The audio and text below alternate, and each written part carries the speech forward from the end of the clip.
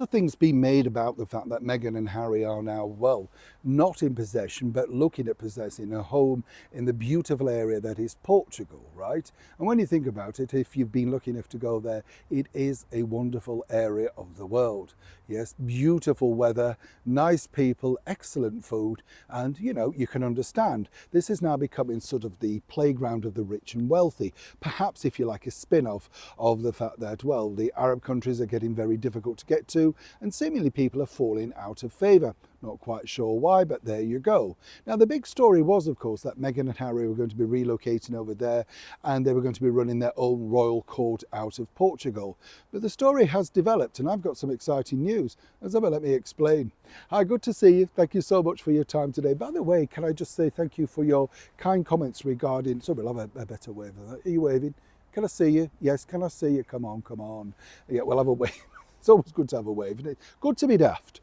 But thank you for your comments about Nicole Scherzinger and the ridiculousness of trying to cancel this poor lady's career simply because she liked a hat online. As I said, I've known Nicole quite a few years. We're not the best of chums. I don't mean that, she's a lovely lady. I just don't understand.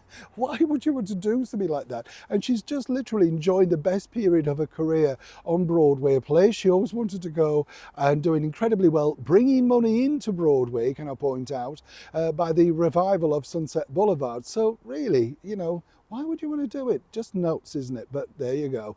Let's get back to your royal story of the day. Portugal or bust, is it really? Well, here's the deal, you see. As Harry and Meghan have yet to finalise on this particular property, and there are a few problems, sort of crossing the T's, dotting the I's, that sort of stuff. It's not all done and dusted yet. It's always about money. I'll just leave it there, you know what I'm saying. But what's interesting here now is simply this, because you see, they're now concerned about obviously wanting to move over there and the fact that that place will be swarming and all that. But their other idea, was really to become the first sort of queen of royal Airbnb. Now, in case you don't know what Airbnb is, and I don't mean that as I often say here on the show, all of these paraphrases we're all supposed to know, aren't we? But Airbnb is like what we call a boarding house, rooms to let, that sort of stuff. I don't get it myself. I think I'm far too private for that, but you let your house out if you're not in it, and then people pay you to stay in there, and you have to do certain things to make sure it complies with the Airbnb rules. The idea is that Harry and Meghan now could make a revenue stream from this. But of course now they've hit the buffers with this idea, because apparently Meghan's concerned that people will turn this into a tourist trap, or indeed maybe trash the place allegedly, or start to make videos of here's Harry and Meghan's bathroom, lounge, that sort of stuff. This is the problem in the world of digital media, because everybody goes in for a reason. We saw that with the terrible, unfortunate death of the pop star Liam Payne. Within seconds, pictures of the room and the paraphernalia in his room were broadcast around the world. There's no privacy. I do understand, in fact, what Meghan and Harry are concerned about, but this, as I say, is the world we live in. Now, if they want to do that, the only way they could do that, and they both realise this, is that if they never stay in the house, because then they can't sell it as a place where Harry and Meghan stayed.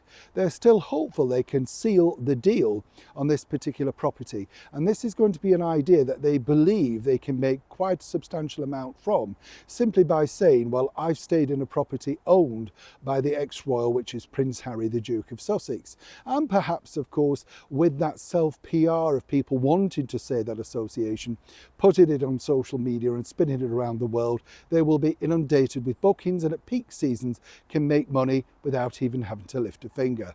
And we know how Meghan doesn't necessarily like to put too much work in, right? Neil Sean, Kensington, London.